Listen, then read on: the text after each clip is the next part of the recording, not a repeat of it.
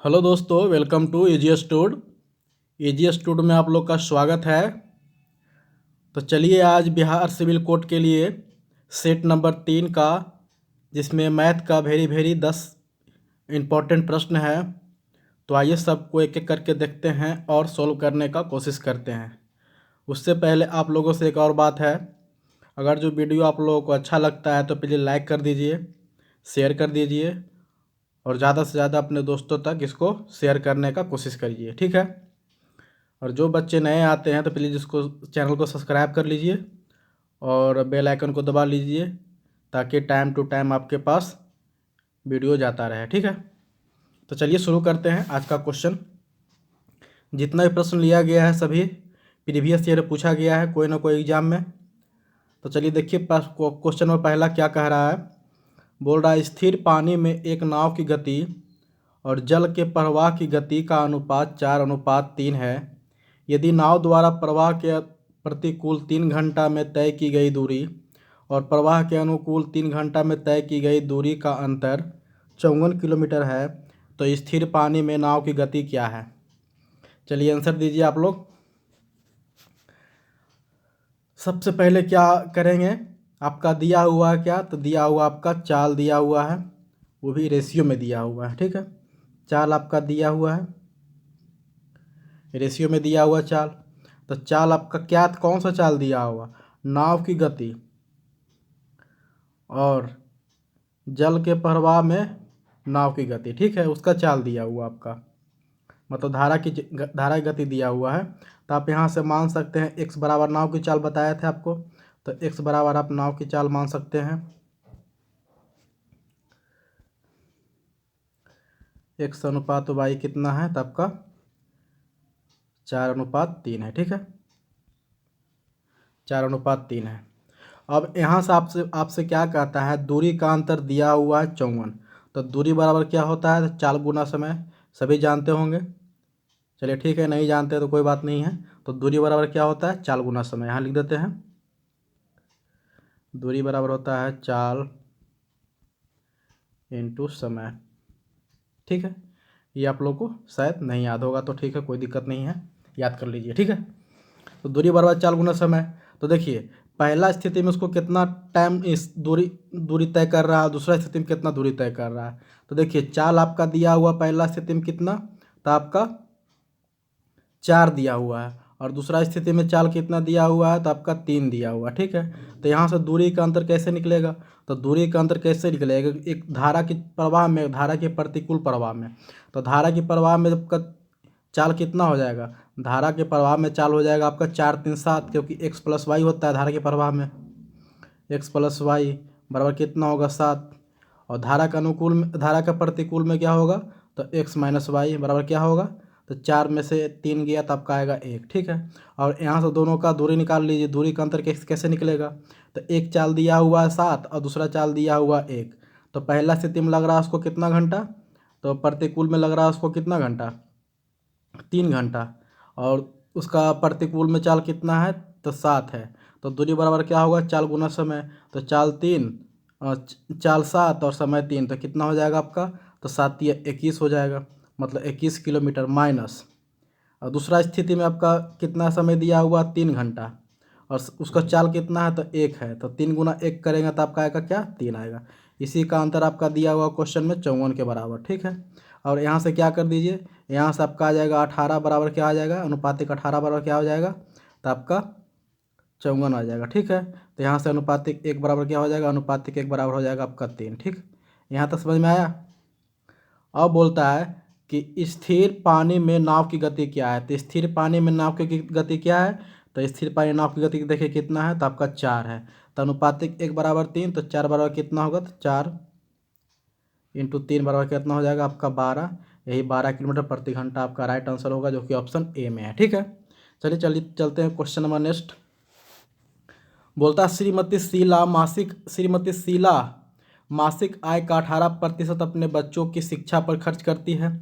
वह मासिक आय का 32% घर के किराए पे, घर के सामान पे और 12% यात्रा पे खर्च करती है। वह बची राशि का 55% जुए पे खर्च करती है, और वह माह के अंत में 7,315 रुपया बचत करती है तो श्रीमती शीला का मासिक आय कितनी है। ठीक है, देखिए वो खर्च कितना कितना कर रहा है, तो पहले वो 18% कर रहा है। दूसरा स्थिति में कितना खर्च कर रहा है, तो 32% खर्च कर रहा है। तीसरा स्थिति में कितना खर्च कर रहा है, तो 12% खर्च कर रहा है। ठीक है, टोटल खर्च इसका कितना हो गया, 10 दो 12 दो 14 के 4 हाथ में 1 और 3 दो 5 1 6, मतलब 64% वो खर्च कर रहा है। ठीक है, ठीक ना। जब 64% वो खर्च कर रहा है तो उसके पास बचा होगा कितना, तो उसके पास बचा होगा 32, क्या कितना बचा होगा उसके पास, तो 100 में से 64 घटा दीजिए तो कितना बचेगा आपके पास, 64 ही आएगा ना। जोड़ लेते हैं, 18 32 12, तो 8 4 12 के 2 सॉरी 62 आएगा।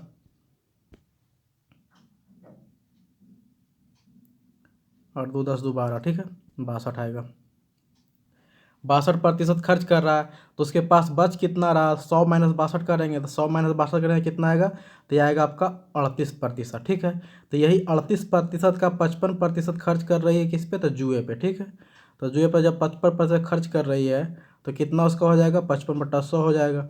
इसको हल कीजिएगा क्या आएगा, 20 25 100 5 से 20 बार में और 5 से 11 बार में, फिर ये कट जाएगा कितना बार में, 10 बार में, और ये कट जाएगा आपका 19 बार में। ठीक है, तो 19 गुना 11 करेंगे तो कितना आएगा आपका, इसको हल कीजिएगा तो आपका कितना आ जाएगा, तो इसको हल कीजिएगा तो आपका आ जाएगा 17.1%। ठीक है, इतना प्रतिशत जब बोलती है कि 55% जुए पे खर्च करती है और माह के अंत में उसे इतना रुपये बचत होता है। ठीक है, तो इतना प्रतिशत जब इसमें से घटा देंगे तो कितना बचेगा,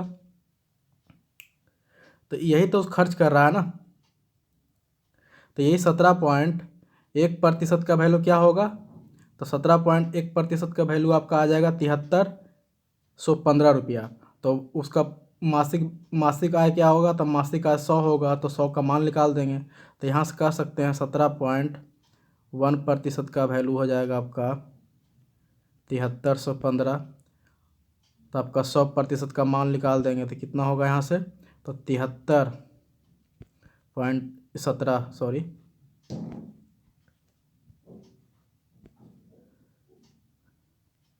17.1 इंटू 100। ठीक है, इसको हल कर दीजिएगा, आपका आंसर आ जाएगा कौन सा, तो आपका आंसर आ जाएगा बी नंबर, बी आपका सही आंसर होगा। ठीक है, चलिए चलते हैं क्वेश्चन नंबर नेक्स्ट क्या कह रहा है। बोलता है 2 कक्षाओं में समान परीक्षाएं हुई, 25% छात्रों की एक कक्षा में औसत ग्रेड 82% रहा और 32 छात्राओं की दूसरी कक्षा में औसत ग्रेड 75 रहा, तो दोनों कक्षाओं के सभी छात्रों का कुल औसत प्रतिशत क्या रहा। ठीक है, तो इसको बनाएंगे कैसे, देखिए छात्र आपके पास कितना है, तो पहला में 25 छात्र है और दूसरा में कितना है, तो आपका 32 छात्र है। ठीक है, तो टोटल मिला के कितना छात्र हो जाता है, तो टोटल मिला के छात्र कितना हो जाएगा आपका, 5 2 7 और 3 2 5 6, ये ना होगा, 3 2 5 अच्छा 5 आएगा 57। ठीक है, तो बोलता है कि पहला में उसका औसत प्रतिशत कितना है, तो 82 इंटू 82 कर देंगे यहाँ पे, और दूसरा में कितना है, तो आपका 75 है। ठीक है, इंटू 75 कर देंगे। टोटल पूछता है तो टोटल आपका क्या हो जाएगा, एक्स हो जाएगा, और यहाँ से एक्स का मान निकाल लीजिए, आपका आंसर आ जाएगा। तो आपका 57 एक्स बराबर कितना होगा, 25 गुना 82 करेंगे तो कितना आएगा, तो 25 गुना 82 करेंगे तो 2050 आएगा, प्लस 32 गुना 75 करेंगे तो कितना आएगा, 2400 आएगा। ठीक है, और इसको हल कर दीजिए तो आपका कितना आंसर आ जाएगा, तो आपका आ जाएगा 4450 डिवाइडेड बाई 57। ठीक है, इसको हल कीजिएगा तो आपका लगभग में कितना आएगा, तो लगभग में 78.1% आएगा, जो कि ऑप्शन कहीं है 78 कहीं ऑप्शन में है, 78 कहीं ऑप्शन में नहीं दिख रहा है। ठीक है, तो आप 78 नहीं मान करके कितना मारेंगे, ऑप्शन में 78 है ही नहीं है। ठीक, आपका राइट आंसर क्या होगा, 78.1% होगा। ठीक है, चलिए चलते हैं क्वेश्चन नंबर नेक्स्ट क्या कह रहा है। बोलता है कि आलोक एक बगीचे की घास 10 दिन में, विक्रम 15 दिन में और दिलीप 20 दिन में काट सकता है।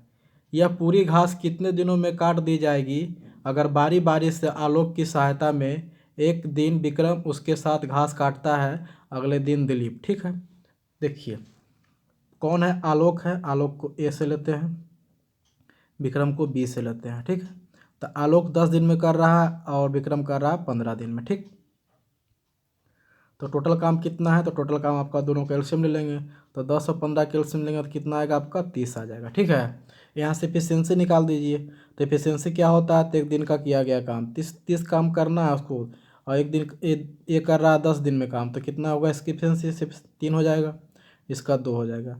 मतलब आलोक एक दिन में 3 काम करता है और आपका विक्रम एक दिन में 2 काम करता है। अब यहाँ से कंडीशन क्या हुआ कि बारी बारी से आना है। ठीक है, तो पहले आलोक के साथ में विक्रम आएगा। ठीक, पहले आलोक के साथ में विक्रम आएगा। दिलीप भी है क्या? अच्छा, दिलीप देखिए 20 दिन में है, सॉरी यहाँ दिलीप है, 20 से दिलीप कर देते हैं और 20 कर देते हैं। फिर आपका पूरा एलसीएम आ जाएगा कितना, 60 आ जाएगा। ठीक है, 60 आ जाएगा। तो कितना हो जाएगा आपका यहाँ से इफिशेंसी, इफिशेंसी कितना होगा, 10 छक 60, 15 चौक 60, 20 तिया 60। ठीक है, अब बारी बारी से आ रहा है, तो पहले आलोक के साथ में कौन आएगा, तो आलोक के साथ में विक्रम आएगा। तो एक दिन में कितना काम करेगा, तो एक दिन में आपका 10 काम करेगा। ठीक है, उसके बाद फिर आलोक ही आएगा, उसके बाद कौन आएगा उसके साथ में, तो विक्रम आएगा। ठीक है, तो आलोक और दिलीप मिलकर कितना काम करेगा, तो 6 और 3 9 काम करेगा। ठीक है, तो यहाँ से कहने का मतलब क्या हो गया कि 2 दिन में वो कितना काम कर रहा है, तो 2 दिन में 10 और 9 19 काम कर रहा है। ठीक, उसको काम कितना करना है, तो उसको काम करना है आपका 60 काम। तो 19 में कितना गुना करेंगे कि 60 के बराबर हो जाए, या तो 60 से कम रहे, तो 3 से गुना करेंगे, तो 19 तिया कितना होता है, 57 होता है। ठीक है, तो इधर भी 3 से आप गुना कीजिएगा तो 3 दूना 6 होगा। तो 6 दिन में वो 57 काम कर लिया। उसके बाद कितना काम बच रहा है उसके पास, तो उसके पास बच रहा है 3 काम। ठीक है, अब 3 दिन कौन आएगा, दोनों साथ में आएगा। तो पहले आलोक के साथ में कौन आएगा, तो आपका विक्रम आएगा। तो एक दिन में कितना काम करता है, तो 10 काम करता है। तो 3 काम करने में कितना लगेगा, 3/10, ये हो गया। अब यहाँ से 6 + 3/10 कर दीजिए, आपका आंसर आ जाएगा। ठीक है, इतना हल कीजिए, आपका आंसर आ जाएगा। इसको हल कीजिए, कितना आएगा, 10 छक 60 और 60 3 63, मतलब 63 बटा कितना आएगा, 10। यही आपका राइट आंसर होगा, जो कि ऑप्शन सी में है। सी आपका सही आंसर होगा। ठीक है, चलिए चलते हैं question number next. Question number next क्या कहता है, देखिए क्वेश्चन नंबर 5 में भी देखिए टाइम एंड वर्क से ही प्रश्न है। बोलता है किसी कार्य को 2/5 भाग ए 6 दिन में कर सकता है, उसी कार्य का 1/3 भाग बी 8 दिन में कर सकता है, और 3/4 भाग सी 12 दिन में कर सकते हैं। तो सभी एक साथ 4 दिन काम करते हैं और ए तथा सी कार्य छोड़ देते हैं, तो शेष कार्य को पूर्ण करने में बी कितना दिन का समय लेगा। ठीक है, देखिए आपका ए से यहाँ से काम कितना निकल जाएगा, तो ए का कैसे निकलेगा, तो देखिए 2/3 काम करता है 6 दिन में, तो इसका टोटल काम कैसे निकलेगा, तो 2/3 का उल्टा कर देंगे, गुना 6 से गुना कर देंगे। 2/3 का उल्टा करेंगे कितना होगा, 3/2 करेंगे, और गुना 6 करेंगे तब आपका कितना आ जाएगा यहाँ से, तो आपका 9 आ जाएगा। ठीक है, तो ए कर रहा है 9 दिन में काम। उसी तरह बी करता है, तो बी का भी उसी तरह करेंगे। 1/3 है तो इसका उल्टा करेंगे, 3/1 गुना 8 हो जाएगा, 8 तिया 24। अब उसके बाद सी है, तो सी का भी देखिए उसी तरह से बोल रहा है। तो सी कर रहा है 3/4 दिन में 12 काम, तो यहाँ से 4/3 गुना 12 करेंगे कितना आएगा, तो 4/3 12 करेंगे तो आपका आ जाएगा 16। ठीक है, तो इतना टोटल काम यहाँ से निकाल लीजिए। तो टोटल काम कैसे निकलेगा, तो तीनों का एलसीएम लीजिए, कितना होगा आपका, तो 144 होगा। इफिशियंसी निकाल दीजिए, तो आएगा 16 से 16 इफिशियंसी आएगा इसका, और 24 छक 44 से, और 16 से, मतलब ए एक दिन में 16 काम करता है, बी एक दिन में 6 काम करता है, सी एक दिन में 9 काम करता है। ठीक है, अब देखिए वो एक साथ 4 दिन काम करता है, लेकिन देखिए एक दिन में तीनों मिलकर कितना काम करता है, तो 16 और 9 कितना होता है, 16 9 25, 25 6 31, एक दिन में 31 काम करता है। 4 दिन साथ काम किया तो कितना काम कर दिया, तो 4 4 तिया 12, मतलब 124 काम तो कर दिया।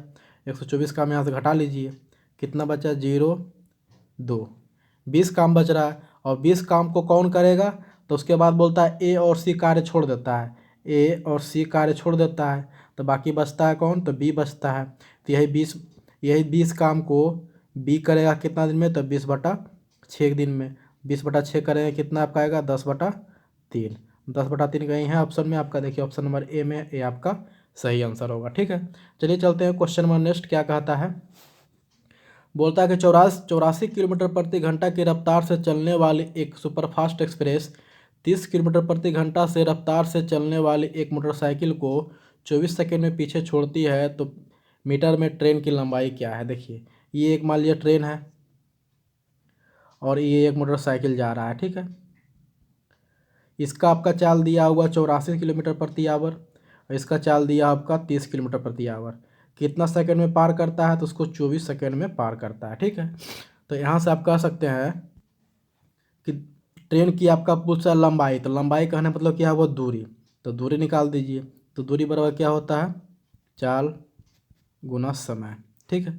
तो चाल आपका कितना, देखिए दोनों एक ही दिशा में जा रहा है, ट्रेन भी देखिए एक ही दिशा में जा रहा है और आपका बाइक भी इसी दिशा में जा रहा है, क्योंकि पार करने की बात कर रहा है तो पहले जा रहा होगा बाइक, तो फिर उसको ये ज़्यादा स्पीड वाला पार कर जाएगा उसको, ठीक है। तो वही कर रहा था। चाल कैसे निकलेगा, जब दोनों एक ही दिशा में हो तो चाल घटा के लेते हैं, अब जब दोनों विपरीत दिशा में हो तो चाल जोड़ करके लेते हैं, ठीक है। तो 84 - 30 करेंगे कितना आपका आएगा, 84 - 30 करेंगे तो आपका आ जाएगा कितना, 4, 8 में से 3 गया तो 5 × 54, ठीक है। इसको आप मीटर प्रति सेकंड बदल दीजिए, तो 5/18 से आप मल्टीप्लाई कर दीजिए। समय कितना लग रहा है, तो उसको 24 लग रहा है। इसको हल कीजिए, आपका आंसर निकल आएगा, ठीक है। 18 से कितना होता है, 54। इसको गुना कर दीजिए, 5 × 15 × 24, 24 × 5 कितना होता है, 24 × 5 120 × 3, तो 12 × 3 36, 36 पे 1 0, मतलब 360 मीटर मतलब ट्रेन की लंबाई है, जो कि ऑप्शन डी में है। डी आपका सही आंसर होगा, ठीक है। चलिए चलते हैं क्वेश्चन नंबर नेक्स्ट क्या कहता है। बोलता है कि 5,000 रुपया पे 4% चक्रवृद्धि ब्याज की दर से 1.5 वर्षों में वार्षिक रूप से संयोजित होने वाली ब्याज और अर्धवार्षिक रूप से संयोजित होने ब्याज का अंतर क्या है। देखिए, आपका 1.5 वर्ष का पहले ब्याज निकालना है, उसके बाद अर्धवार्षिक लगा करके उसको फिर 5,000 का उसको ब्याज निकाल के दोनों का अंतर लेके घटा देंगे, आपका आंसर आ जाएगा, ठीक है। तो देखिए, पहले हम 1.5 वर्ष का ब्याज निकालते हैं, ठीक है। देखिए 5,000 का 1.5 वर्ष है, तो पहले उसका 1 वर्ष का ब्याज निकालते हैं। तो 1 वर्ष का ब्याज कैसे निकलेगा, तो 1 वर्ष का CI/SI बराबर होता है। तो SI बराबर क्या क्या बताए थे, RT%। तो R आपका 4 है, समय आपका क्या है, तो 1 है, तो आपका कितना हो गया यहाँ से 4%, ठीक है। इसको हल करिए, ये कट जाएगा, कितना आएगा, 4 × 5 = 20, मतलब 200। तो यहाँ से अमाउंट कितना हो गया, तो अमाउंट कितना हो गया, 5,000 + 2,200 कितना हो गया, तो 5,200 हो गया। अब इसका देखिए, दर आपका 4% ही रह रहा है। अब आधा वर्ष का निकालेंगे तो 1/2% का 1/2 ईयर का, तो यहाँ से आपका क्या निकल जाएगा, तो यहाँ से आपका RT% करेंगे तो कितना होगा, तो आपका RT% करेंगे 4 गुना 1/2 करेंगे तो कितना होगा, 4 गुना 1/2 करेंगे तो आपका कितना आएगा, तो 2 आएगा। तो 5200 का 1/2 निकालेंगे, 5200 का 1/2 निकालेंगे, 1/2 करेंगे तो 2 आएगा, ठीक है। 0 0 कट गया, तो 52 दूना कितना हो गया, 2 दूना 4, 5 दूना 10, 104। मतलब टोटल अमाउंट का कितना आ गया आपका, टोटल यहाँ से SI कितना हो गया, 104 और प्लस 200 कितना हो गया, मतलब 304 आ गया। यहाँ से 304 रुपया आ गया क्या, तो 1.5 वर्ष का आपका ब्याज आ गया, ठीक है। उसके बाद बोलता अर्धवार्षिक हो, तो अर्धवार्षिक करने के लिए क्या करेंगे, 5,000 का दर में 2 से भागा और समय में 2 से गुना। दर में 2 से भागा करेंगे कितना का, 2%, और समय में 2 से भागा करेंगे तो 3 ईयर हो जाएगा, ठीक है। तो यहाँ से 3 वर्ष का ब्याज निकलेगा। तो 3 वर्ष का ब्याज निकालने के लिए क्या बताए थे, RT × R² + RQ, sorry RT × R² × RQ। तो RQ करेंगे तो 2 का क्यू करेंगे कितना होगा, 2 का क्यू करेंगे तो आपका 8 आएगा। तो लास्ट 2 अंक लेना है, तो 08 आएगा, ठीक है। यहाँ समझ गए, यहाँ तक समझ गया, समझ में आ रहा है ना। तो यहाँ तक आपका 08 आएगा। उसके बाद R²T, तो R आपका कितना है, तो 2, और T कर R²T है, R²T, तो 2 का स्क्वायर 4 और 4 × 12, तो आपका कितना आ जाएगा यहाँ से 12, ठीक है। और उसके बाद RT का ना मतलब 3 दूना 6, मतलब 6.1208। इसका निकाल देंगे क्या, तो आपका इसको हल कीजिएगा तो क्या आएगा, आपका हल कीजिएगा तो आपका आएगा 306.04, ठीक है। अब इसका अंतर ले लीजिए, तो इसका अंतर लीजिए तो कितना आपका आएगा, तो इसका अंतर लीजिएगा का 2.04 आएगा। यही आपका राइट आंसर होगा, जो कि ऑप्शन डी में है। डी आपका सही आंसर होगा, ठीक है। चलिए चलते हैं क्वेश्चन नंबर नेक्स्ट क्या कह रहा है। बोलता है एक बेईमान विक्रेता बेचने के दौरान तौल में 25% प्रति किलोग्राम में घटा देता है, तो यह ज्ञात कीजिए कि उसे कितना प्रतिशत का मुनाफा होता है अगर वह क्रय मूल्य पे वस्तुओं को बेचे तो। ठीक है, देखिए अच्छा सा प्रश्न है, बहुत अच्छा प्रश्न है। मान लिए जाए 100 ग्राम की मान लिए कोई वस्तु है, ठीक है, 100 ग्राम की मान लिए कोई वस्तु है, उसको 25% किलोग्राम घटा देता है, तो 25% घटाएगा तो कितना वो बेचेगा, तो बेचेगा 750 ग्राम। ठीक है, वो तौलेगा कितना, 750 ग्राम। लेकिन फिर बोलता है कि नहीं, अगर जो वो क्रय मूल्य, अगर यह ज्ञात कीजिए कितने प्रतिशत का मुनाफा होगा अगर जो वह क्रय मूल्य पे वस्तुओं को बेचता है तो। ठीक है, तो देखिए उसको कितना मुनाफा हो रहा है, एक 100 ग्राम का वस्तु को आपको कितना बेच रहा है, तो वो 75 में बेच रहा है। ठीक है, 25% घट जाएगा तब बचेगा 75। ठीक है, तो 75 बचेगा, तो वो 25 का तो उसको फ़ायदा हो रहा है, लेकिन किस पे, क्रय मूल्य पे। तो वो क्रय इतना ही का पैसा ना वो, मतलब आपका 75 ग्राम ही का उस अपना इस 75 ग्राम पे ही वो हिसाब करेगा। ठीक है, तो इस पर आप कैलकुलेशन कर देना है, 100% गुना कीजिएगा, आपका आंसर आ जाएगा 25 या 75, तो आपका 100/3 आ जाएगा, तो कितना आएगा 33.33%। ठीक है, 33.33%। देखिए ऑप्शन ए में सब प्रतिशत लगा हुआ सब में। चलिए चलते हैं क्वेश्चन नंबर नेक्स्ट क्या कह रहा है। बोलता है एक विक्रेता वॉशिंग मशीन को $7660 में खरीदता है, वह उसके अंकित मूल्य पे 12% छूट देता है और फिर भी 10% के लाभ कमाता, मशीन का अंकित मूल्य क्या है। ठीक है, अच्छा सा प्रश्न देखिए ये भी है। वॉशिंग मशीन का क्या बोलता है, खरीद मूल्य, मतलब आपका क्रय मूल्य आपका दिया हुआ 7660, तो आपका CP बराबर क्या हो जाएगा, आपका 7660 रुपया। ठीक है, तो बोलता है उसके अंकित मूल्य पे, तो मान लिया अंकित मूल्य उसका मार्क प्राइस कितना होगा, 100 होगा, तो उसके अंकित मूल्य पर कितना प्रतिशत छूट देता है, तो वो 12% की छूट दे रहा है। 12% छूट देता है, उसको बेच कितना में रहा होगा, तो बेच दे रहा होगा उसको 88% में। ठीक है, लेकिन फिर भी उसको 10% का लाभ होता है, तो यहाँ से क्रय मूल्य कितना हो जाएगा, इसका क्रय मूल्य निकालना, 10% लाभ हो रहा है, तो 100/110, ये 0 से 0 कट गया, 11×88, मतलब कितना आ गया, यहाँ से 80 आ गया। ठीक है, 80% आ गया, और यही 80% आपका क्रय मूल्य निकल आया। लेकिन यहाँ जब क्रय मूल्य आपका निकला कितना, 80%, आपका क्वेश्चन में दिया हुआ क्रय मूल्य कितना, 7660 रुपया। ठीक है, तो यही 80% का वैल्यू कितना हो जाएगा, आपका 7660। तो बोलता है कि बस मशीन का अंकित मूल्य क्या है, तो आपका 100% का मान निकाल दीजिए, तो 7660/80 गुना 100%। ठीक है, आपका निकल जाएगा, ये 0 से 0 कट जाएगा, ये शायद 8 बार में कट जाएगा, 8 8 9 72, 9 और 4 गया, तो 8 6 48, मतलब 96। तो 96 गुना 100 करेंगे तब कितना आएगा, तो आपका 9600 आ जाएगा, जो कि ऑप्शन डी में है, डी आपका करेक्ट आंसर होगा। ठीक है, समझ में आया, सॉरी कहीं गलती हो रहा है, 9600 नहीं होगा, ऑप्शन नहीं मिल रहा है, इसको काटिए तो 8 से 8,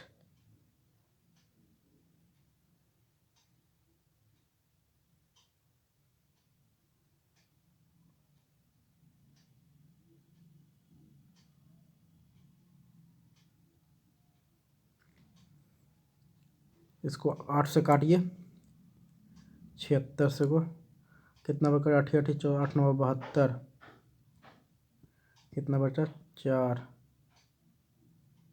6 8 6 48, 96 तो आ ही रहा हो,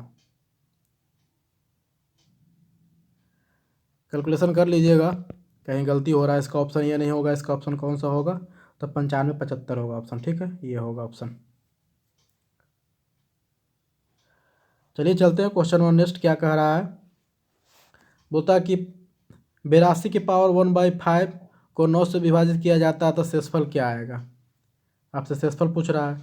तो पहले क्या करेगा, 9 से 82 में भागा दे देगा। ठीक है, 9 से 82 भागा देंगे तो ये कितना कटेगा, 9×81, एक बचा, और जो शेष बचा उसी पे आप पावर लगा दीजिए, कितना 1/5 7। जो एक पे कितना भी पावर डालेंगे तो कितना आपका होगा, तो 1 ही होगा, मतलब शेषफल आपका कितना बचेगा, तो 1 आपका राइट आंसर होगा। चलिए चलते हैं क्वेश्चन में, नेक्स्ट क्या कह रहा है। बोला श्रेयास ने एक वस्तु खरीदी और उसे लागत मूल्य के 150% बेच दिया। श्रेयास ने उसे इतना रुपये में बेचा तो वस्तु का लागत मूल्य क्या है। देखिए श्रेयास ने एक वस्तु खरीदी है, उसके क्रय मूल्य उसके लागत मूल्य से 150% पे बेच दिया, ठीक है। मान लिया आपका क्रय मूल्य कितना था, तो 100 था, ठीक है। उसको बेच कितना रहा है, तो 150 में बेच रहा है, 150% बेच दिया, तो विक्रय मूल्य कितना आपका हो गया, 150%। तो यही तो 150% का वैल्यू आपका हो गया कितना, तो 750 के बराबर। तो बोलता है कि उसका लागत मूल्य क्या था, लागत मूल्य आपका 100 था, 100 का मान निकाल दीजिए, तो कितना होगा 750 डिवाइडेड बाई 50 इंटू 100, ठीक है। ये 0 से 0 कट गया कितना बार में, तो 5 बार में बराबर 500 आपका राइट आंसर होगा, जो कि ऑप्शन डी में है, डी आपका सही आंसर है, ठीक है। चलिए चलते हैं क्वेश्चन में नेक्स्ट। बोलता है चार क्रमागत विषम धनात्मक पूर्णांकों का औसत 16 है, तो सबसे छोटी और सबसे बड़ी विषम संख्याओं का पूर्णांक का गुणनफल क्या है, ठीक है। मान लीजिए पहली संख्या को मानते हैं आप x, तो दूसरी को क्या मानना होगा, तो x+2 मानना होगा। तीसरी क्या मानना होगा, तो x+ आपको 4 मानना होगा। चौथी को क्या मानना, x+6 मानना होगा, ठीक है। तब ना होगा, ये 7 हो जाएगा आपका धनात्मक विषम पूर्णांक होगा।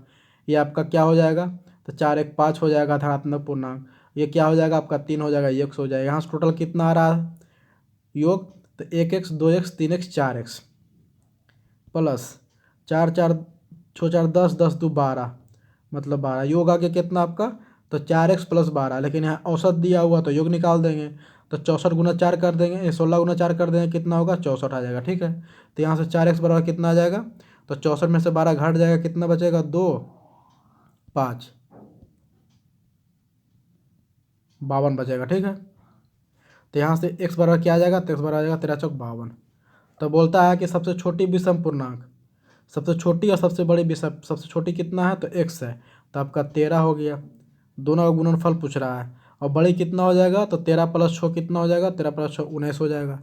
यहाँ से गुना कर दिए, 13 17 के साथ हाथ में 11, 13 11 कितना होता है, 13 11 आपका हो जाएगा 24, मतलब 247 आपका राइट आंसर होगा, जो कि ऑप्शन बी में है, बी आपका सही आंसर होगा, ठीक है। चलिए आज का देखिए लास्ट प्रश्न देखते हैं। देखिए इसका वर्गमूल और माइनस इसका वर्गमूल पूछता है। तो मान लिया जाए इसका वर्गमूल निकालते हैं, तो इसका वर्गमूल पहले देखिए आप पॉइंट को छोड़ दीजिए, तो 196 का वर्गमूल क्या होता है, तो आपका 14 होता है, ठीक है। माइनस 4 का वर्गमूल क्या होता है, 2 होता है, ठीक है। देखिए आपका 2 अंक के बाद आपका पॉइंट, 1 अंक के बाद पॉइंट दिया हुआ, तो आपका 1 अंक के बाद पॉइंट दे दीजिए।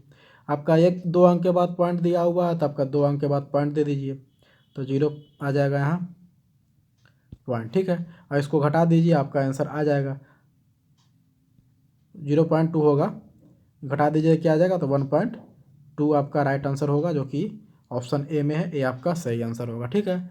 तो चलिए आज के लिए इतना ही रखते हैं, और आप लोग से निवेदन है कि और जो वीडियो अच्छा लगता है तो लाइक शेयर सब्सक्राइब कर दीजिए। चलिए थैंक यू, धन्यवाद, बाय।